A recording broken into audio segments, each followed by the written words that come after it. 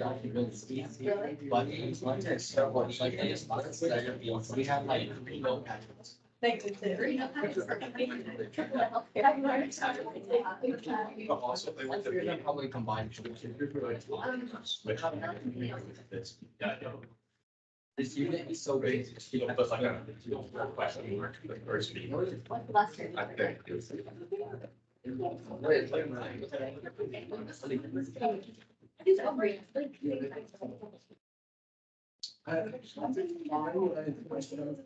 So it's on later.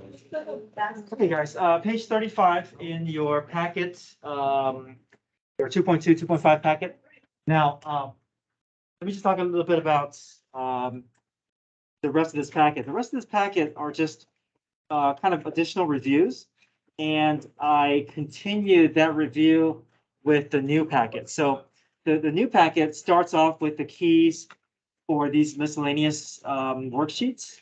So page 37, 38, 39, that lines up with the first few pages of your test review packet, which you just picked up now. And then after the keys are done, then you're going to see test review worksheet 1 through 4. The test reviews are, oh, and then I included the keys for everything in the new test review packet.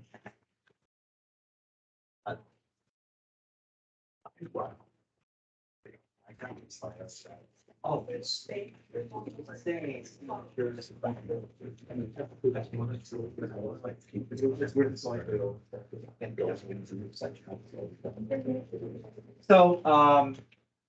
so yeah, we're going to go through, get through some of the miscellaneous topics that we kind of, well, still product chain, quotient rule, but from a graphing perspective. So we'll look at that. Tomorrow, we'll do test review worksheet 1, test review worksheet 2, and then worksheet 3 and 4. I may not be able to get through those in class, but I am going to have various help sessions to allow for us to go through those additional practice problems. So if you look on the board there, I have a couple of test reviews help sessions. So I'll have one this afternoon, 3:30. Tomorrow morning at 7:30.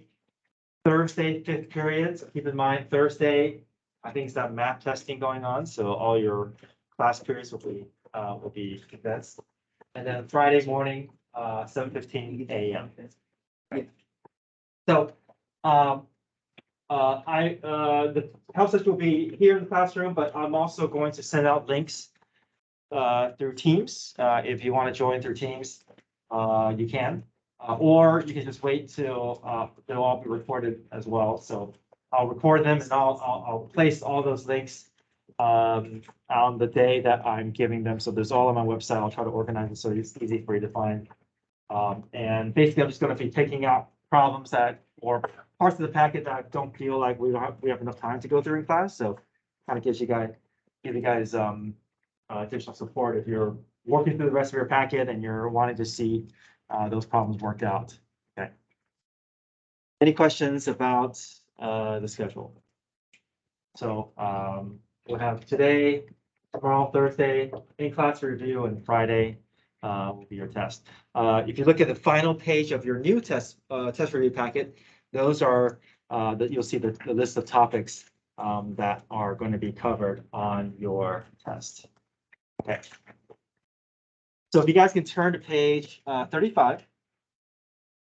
And we're going to go through this derivative problem here. We're just going to do parts A and B.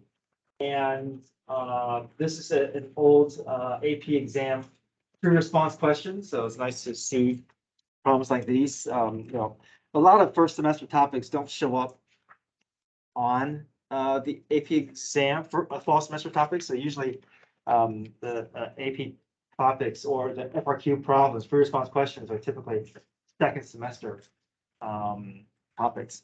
So, but this is one that has shown up in the past, and I think is good for us to practice.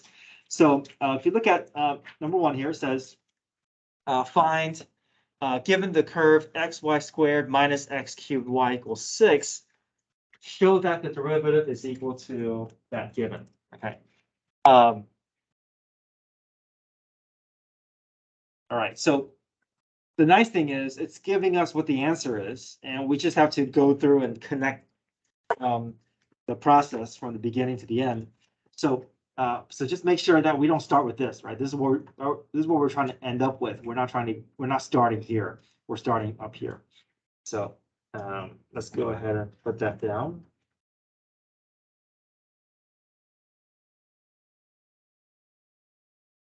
So before we start, let's just kind of point out the big ideas here so that I can let you guys start with these things in mind. What do you guys notice? What's involved here if we want to find the derivatives? How do you know implicit? Yeah, we see y is kind of out of place, right? Either y is out of place or something done to the y variable that we normally don't see with functions, right? We don't see y by itself. We see y squared. We can see multiple y's, all sorts of issues with y's. We know this is most likely not going to be a function, but it's okay. We can still find the derivative implicitly. Okay, what else do you notice? Okay, product rule. How many times? Twice. Okay. And is there one specific product rule we have to be more careful about? Yeah, that second one. We gotta be, that negative can cause some trouble if we're not careful. So my suggestion is protect that with a set of parentheses so that when you go through product rule, that parentheses is still there, protecting your terms. That way you're kind of forcing yourself to remember, oh, I got to distribute the negative through as I go through product rule. Okay, so I'm going to set things up and have you guys try to see if you can make progress. So your goal is to reach part A. So this is what you're trying to get after. This is your answer. Okay. The key is also on the back page. You can kind of check your progress along the way. But basically, you're going to go through product rule twice. Implicitly, you're going to include all your dy dx's that show up. And then after you take that step, your calculus portion should be done. And you're just rearranging terms. You're trying to find a way to get your dy dx terms on the left side, move to the other, move the non-dy dx term to the other side, factor the dy dx, divide the parentheses over, and you should end up with part A. If you can get to part A, you know you've gotten the right answer, and you can start looking at part B. Okay, so try part A, and I'll show the steps once you guys have a chance to try it. Okay.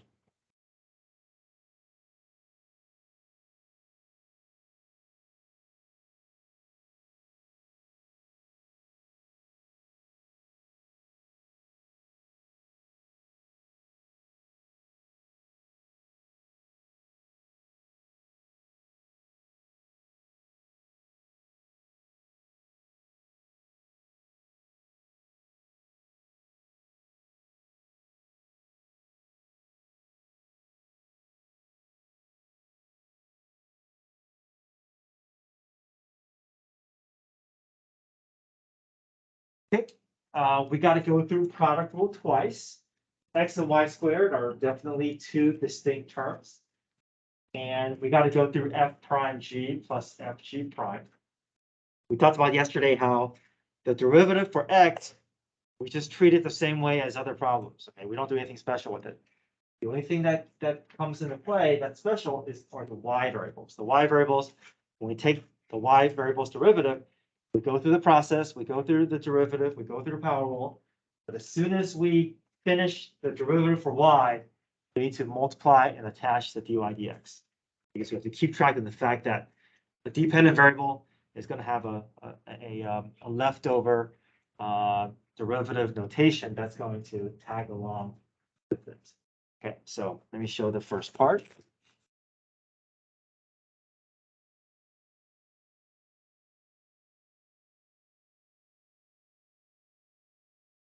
Okay, f prime g plus f g prime. X's derivative is 1. Y squared, we bring that down, no changes. F is just the x, no changes. But when we get to y squared's derivative is 2y. And immediately after we find variable derivative involving y, we need to attach dy dx because we're asking for y's derivative and we need to have a notation to represent that.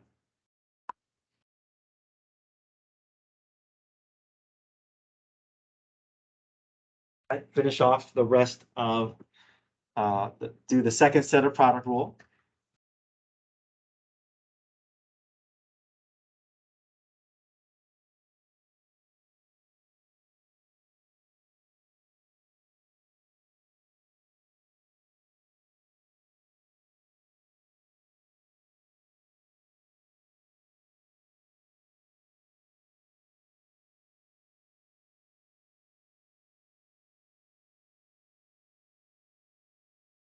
F prime g plus fg prime again. X cubed becomes 3x squared. G we keep as y. F is the x cubed. And then y's derivative is 1. Even though the y disappears, we are asking for y's derivative. We need to immediately attach to dy dx.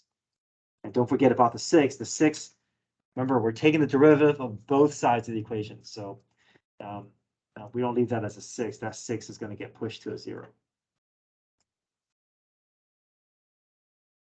Okay, so really that's the only calculus step in this problem.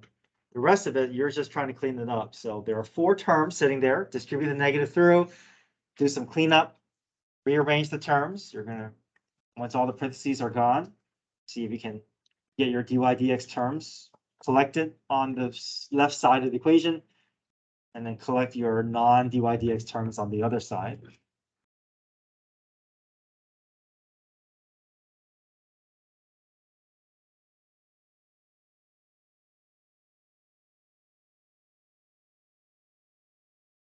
Now, if you decide that you want to collect your dy dx terms on the right side, and then the non-dy dx terms on the left side, it's not wrong. It's just your answer may look a little different at the end, which is fine.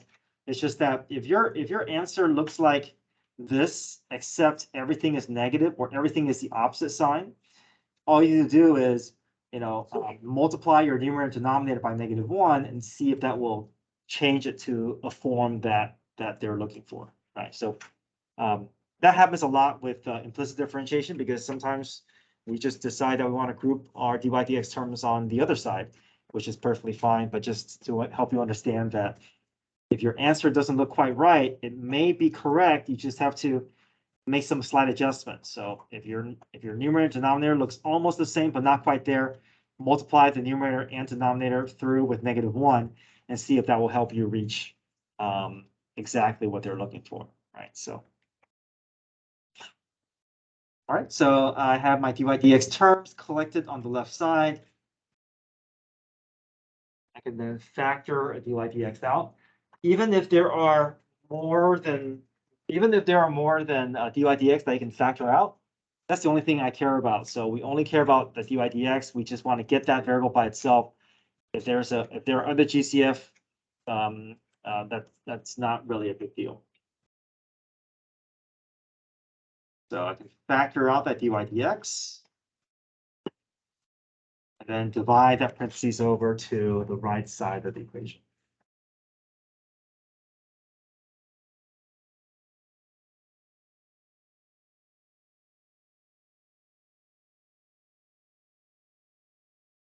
So as messy as this derivative equation looks, it does the same job as other derivatives, right? All it does is going to, if you give it enough information, it'll give you a number, and that number is going to tell you how steep a point is on the original graph.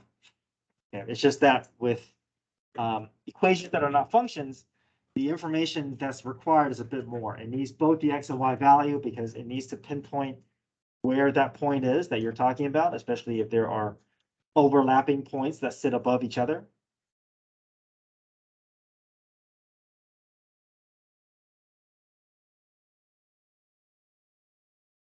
Any questions so far? Finding the derivative. Okay, let's look at the direction for part B. Part B says, find all the points. So that's indication that there could be more than one on the curve whose x coordinate is 1, and write an equation for the tangent line at each of these points. So tangent line equation, let's think about what is required to find tangent line equation. We need to find order pair, we need to find slope, and then finally put it in the point slope form. But We know that the derivative, the slope is going to come from the derivative, but right now, do we have enough information to find the slope? We only have the what? The x value. So I need both the x and y value. So what do you think we can do first to get that information? Into the good original, right? So we always want to kind of keep in mind, right, that the original is going to give you location, derivative is going to give you slope. So we need some information with location. We have the x, but not the y. So we're going to make that substitution. Replace all of your x's with 1 and see if we can get that y solved. If we can find the y, then we have the full order pair. If we have the full order pair, we can move to getting that slope from the derivative equation. Okay, so try that for a moment.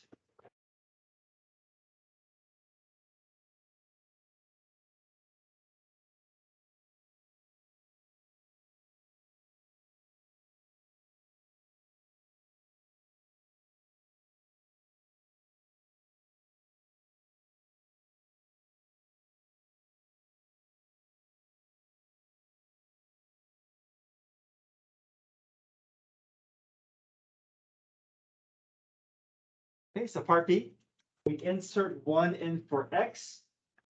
So there's my original equation. I replace 1 in for x, and I got y squared minus y equals 6. Good, right? So we got rid of the x. We can now solve for y. What's next? Good, right? We can't factor the y out and set y equal to 6 and y minus 1 equal to 6. We got to get that 0 to show up before we can do any type of factoring. So we move that 6 over to the left side.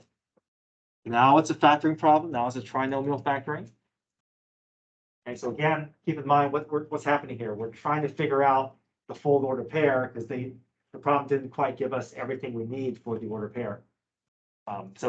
Factor this out, multiplies to be -6, adds it to be -1. What are our factors? Okay, -3 and 2. Solve for y, and we get 3 and -2. So what does that tell us? There's 2 points. We have 2 separate points that are, looks like it's on top of each other here, right? Normally this doesn't happen with functions, but you know, this is no longer a function. We can have points that are directly lined above each other. So we're going to create basically two columns, right? We need an order pair and slope for one line, and we need to do order pair and slope for the other line. So what are our 2 order pairs? Yep. Good, right? X is 1, right? X is always 1, so 1 comma -2, that's 1 order pair. And 1 comma 3 is my second order pair. Good. All right, so do I have enough information to find the slope now? Yes, so both order pairs separately we can insert into the derivative. That's right. It's messy, but we have everything we need, right? So 1 in for x, -2 in for y.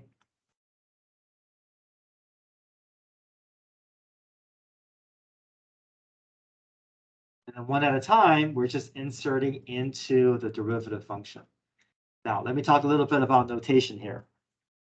When you insert into the derivative equation and you got to deal with both the x and y value, typically this is the notation that we use. Because normally if it's just a derivative function, we just do like f prime of 1, right? Or f prime of 6, depending on what the x value is. But because this derivative is a little messier, it requires both variables. We write it this way. We do dy dx and we do a vertical line, and then we do parentheses 1, -2. All this is saying is I want to evaluate the derivative at this point. But I'm specifying the full order pair because it needs both the x and y value. So that just means I'm going to just find the slope. That just means I'm going to insert this point into the derivative. That's all this notation means. So 1 and -2 inserts itself into the derivative. 1 for x, -2 and for y. Clean that up. We get a slope of 2. So we have our order pair. We have our slope for our first line, and we can create that equation. And then we'll do the same with the second order pair. Find the slope. Ends up giving us 0 or 5. Right? Remember that 0 over 5 is a real number. That's just 0. So we have a line that's a slope 2, we have a line that's a slope 0. And now we can just put both into point slope form. And now technically, you can leave your second equation in this form. It's just that it's easy enough to clean up. So I cleaned it up to y equals 3. But unsimplified form will also be fine.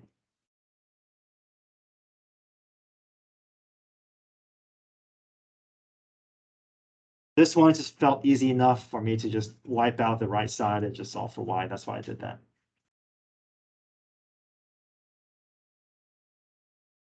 Okay, we're going to skip part C, but I'll leave it on this page for a moment. Any questions? Okay, so again, the equation gives you information about location, about order pair. Derivative gives you information about slope. Sometimes we need the full order pair first in order to find the slope, because sometimes the derivative equation requires more than just one variable. So we, normally we would wait until the end to find the order pair, but here we need the order pair before we can find the slope, just because of the complexity of the derivative equation. Any questions? Okay. Let's look at page 37. Now, you may have seen this in your homework assignment, but some of you guys may have gotten stuck because I didn't really go over it. But now I'm going to be spending time going over it. Now that I've covered all the main material, we're going to go back. This is a test topic, so we are going to make sure that hopefully we get comfortable with this type of problem. So, okay, it says evaluating derivatives in exercises 81 and 82. Okay, so again, we're on page 37. Use the graphs of f and g. Let p of x equal f of x times g of x. Let q of x equals f of x divided by g of x. Okay. So part A says find p prime of 1. Okay. Now, what does that mean? What does that mean, find p prime of 1? Yeah, find the derivative at a point, right? So basically finding slope. But before we can find p prime of 1, we first have to find what? P prime of x. Yeah, that's right. So understand that whenever you see this, it's a two-step process, right? I got to get to the derivative before I can evaluate the derivative. So, okay, so we're going to spend time kind of building to our derivative function.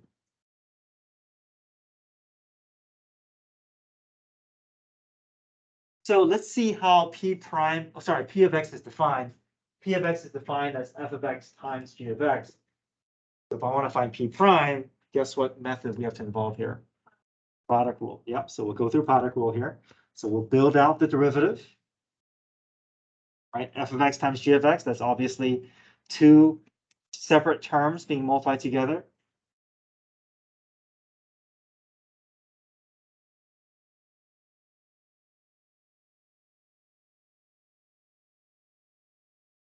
Okay, so now I've built out my derivative. Now I can do what? Yeah, now I can plug in, replace all the x's with 1, right? So now we can make some progress.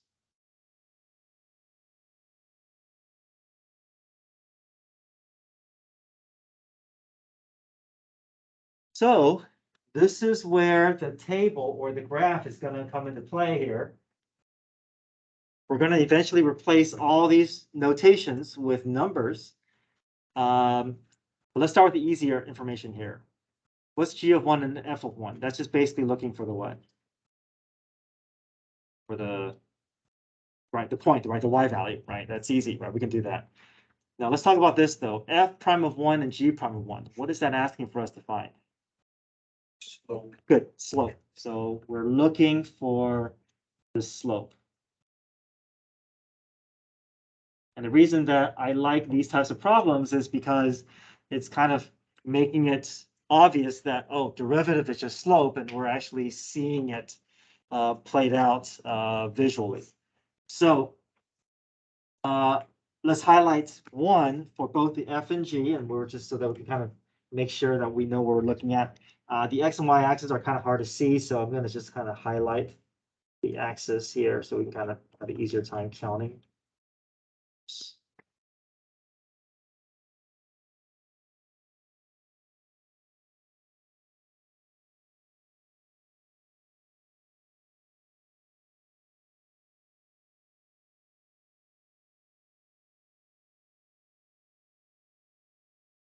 So I'm going to highlight 1 on both the F and the G.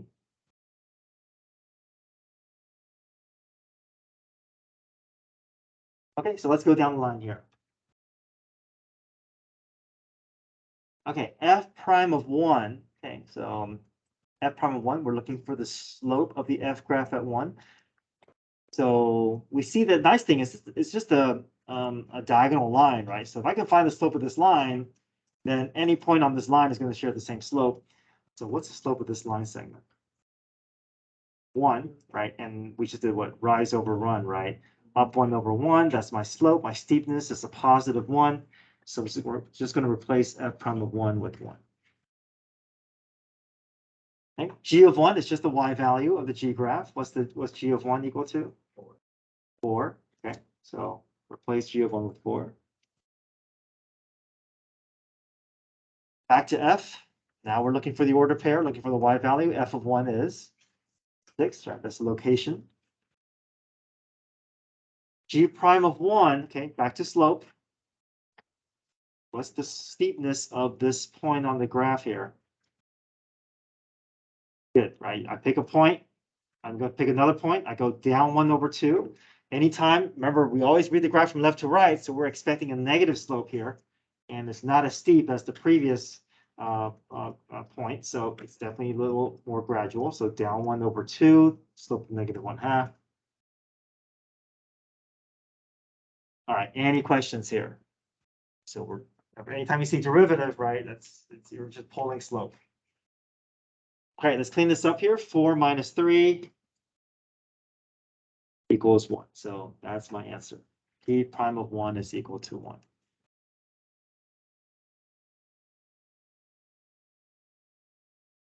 Okay, any questions? Look at part B.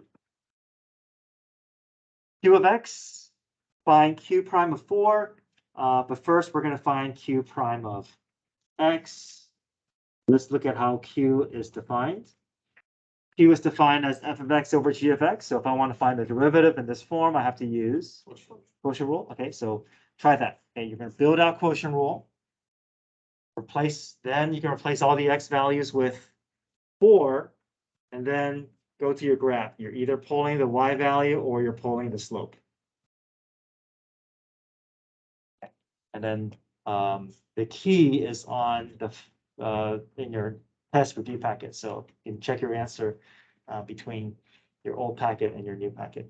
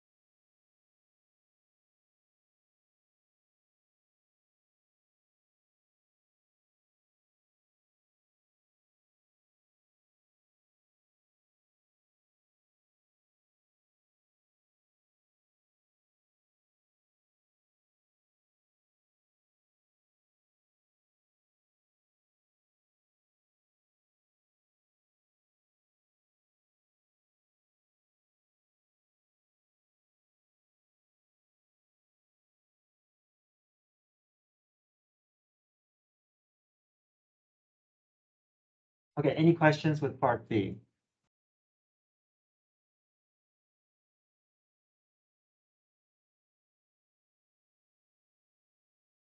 Notice that G prime of 4 is slope 0 because it's a horizontal line, right? There's no steepness here, so that's just slope 0.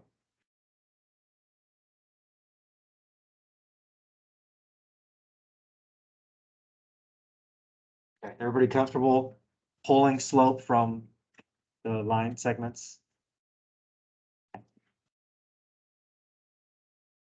All right, I do want to point out a couple of exceptions here.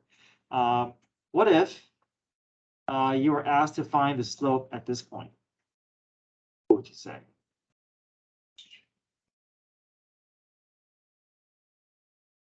Does not exist, right? I mean, to the left, it looks like a slope 1. To the right is slope of -1. It also looks like could be a peak, so maybe it's slope 0. But just remember, anytime there's a sharp turn, if there's anytime there's a corner in your graph, it's always going to be slope undefined. So if you come across slope undefined within the context of this problem, then it's going to affect the whole problem. I mean, that means the whole thing is undefined. Okay, so that's undefined slope. Undefined slope is here. So there are some corners that are less, not as sharp, but it's still a corner. So anytime I see a sudden transition in the direction, I have to understand that is slope undefined. Right? We cannot find a slope at a sharp turn or a corner of the graph. Okay, so I want to make sure, point that out. We're not going to do 82, but I just want to point a few things out here. Obviously, we see a bunch of places where slope could be undefined. What about up here, though? That's a smooth transition, so that is a slope 0. Okay, that's a slope 0, but that's a slope undefined. So to make sure that not every peak is either undefined or 0, you kind of look at, like, if it's a rounded, peak, then it's slope 0. Okay. All right. So you can do 82 if you want to get more additional practice later on, but but hopefully we feel comfortable at least with product and quotient rule. And I want to talk now about the more challenging one, and that's a chain rule. So chain rule, if you guys can turn to page 38.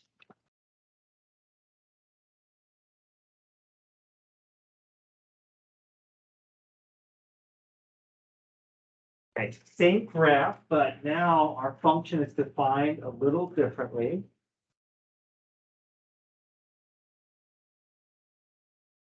So number 99, part A says find h prime of 1. But before we find h prime of 1, we first have to find h prime of x. Let me write h of x as it stands.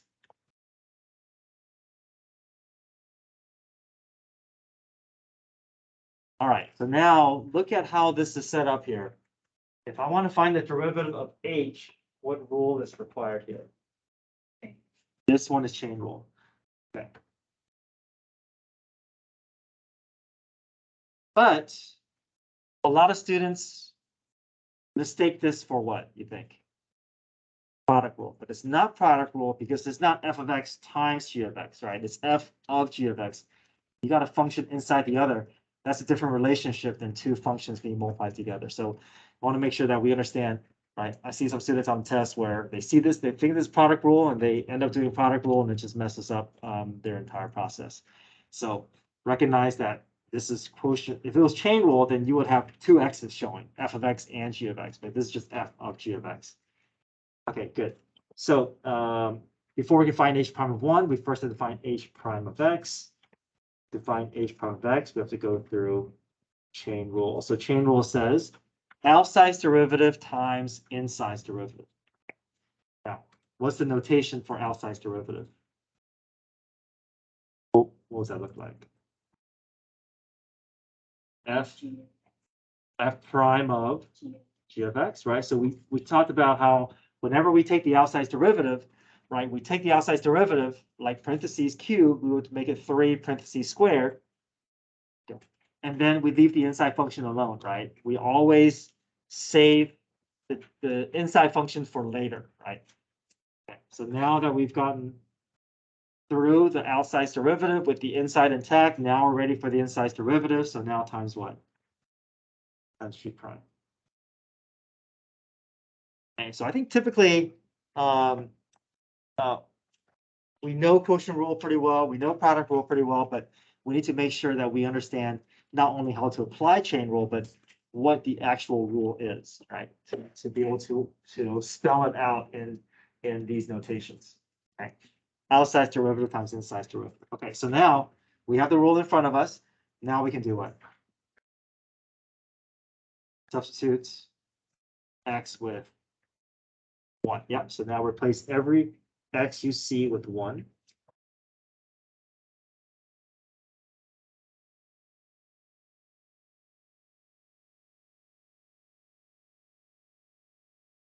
Okay, there's a lot going on here, and I think that the biggest problems that I see students face when they see this on the test is, I feel like students kind of rush through this process. Okay, so you want to just take the time and get the information that they're looking for piece by piece, and don't try to do too much at once. Okay, so let's, there's a lot going on here, but what do you think are the easier things that we can find to kind of help us with stepping stone?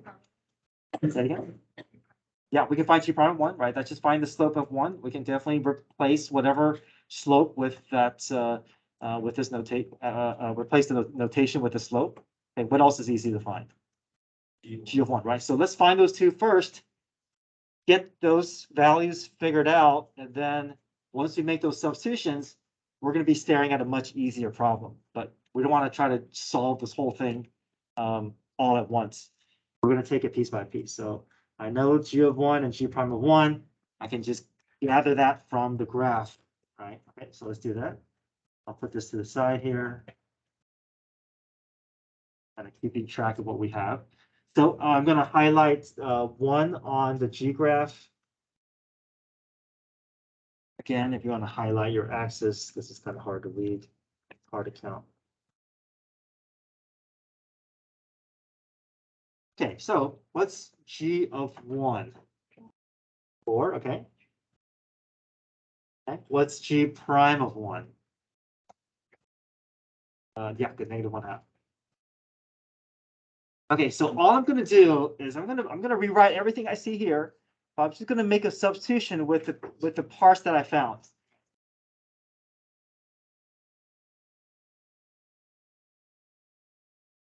Now G of 1 can be replaced with 4. And G prime of 1 can be replaced with -1/2. All right, so now you're staring at a much easier problem if you can break it down into steps. So now the only thing left for us to find is what? The prime of 4, right?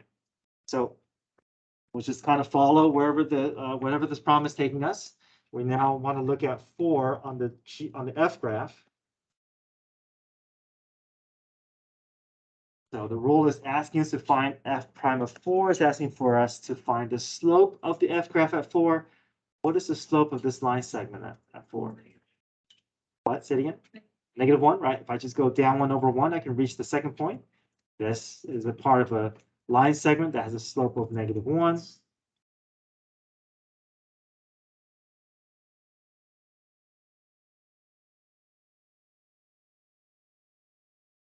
-1 times -1/2 is 1/2. So it's not bad if you take it step by step, right? So first we have to recognize that it's chain rule, build out the chain rule correctly, and then take it piece by piece, right? You're not going to be able to know what all this is just by looking at the graph initially. You're going to have to kind of take it apart, figure out the easy parts, and then get it to look like an easier problem, and then you can kind of get down to your numeric value.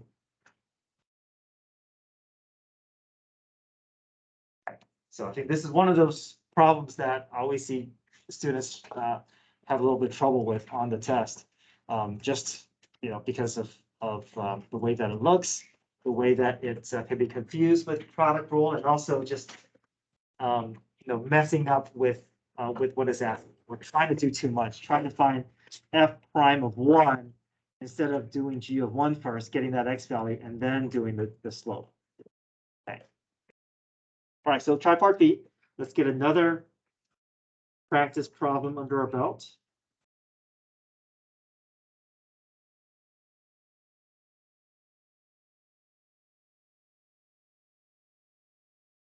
So now the outside function is different, right? Now it's the g that's the outside function. F that's the inside function. Okay, so see if you can build out your derivative. Again, this is chain rule, right? A function within a function.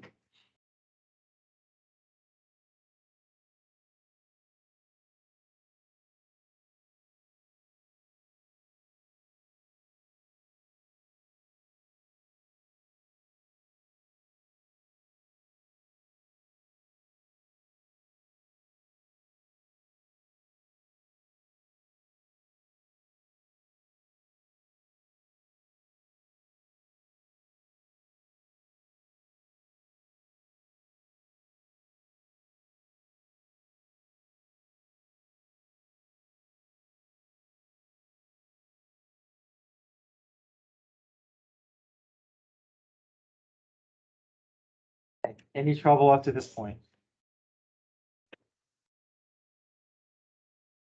Okay. What are the two things we should look for from here? F of 5 and F prime of 5. Okay, so understand that this is not going to get to your answer, but it will make your problem significantly easier with those notations filled in with numbers.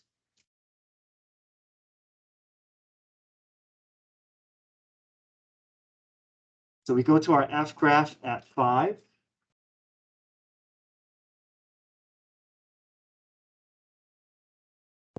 F of 5 is equal to 6. Okay, put that in. F prime of 5, it's also part of the same line segment as before. This is also slope what? -1, okay. Make those substitutions, but copy everything down as you see it. Don't try to do too much.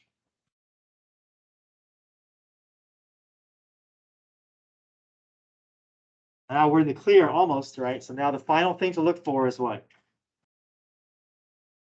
G prime of 6. So it's asking for the slope of the G graph at 6. What's the slope of the G graph at 6? That's undefined, right? That's a sharp turn. If something is undefined, it's gonna cause everything to kind of fall apart. So our S prime of 5, we can't move any further. It'll also stay undefined. All right, we can't do undefined times 1, so it just breaks down and just say undefined. Okay, I encourage you guys to work through problems on page 39 if you want that extra practice, but maybe I can also go over some of these problems on the my help session this afternoon. But tomorrow we'll continue looking at our test review. Okay, hope I get your phones.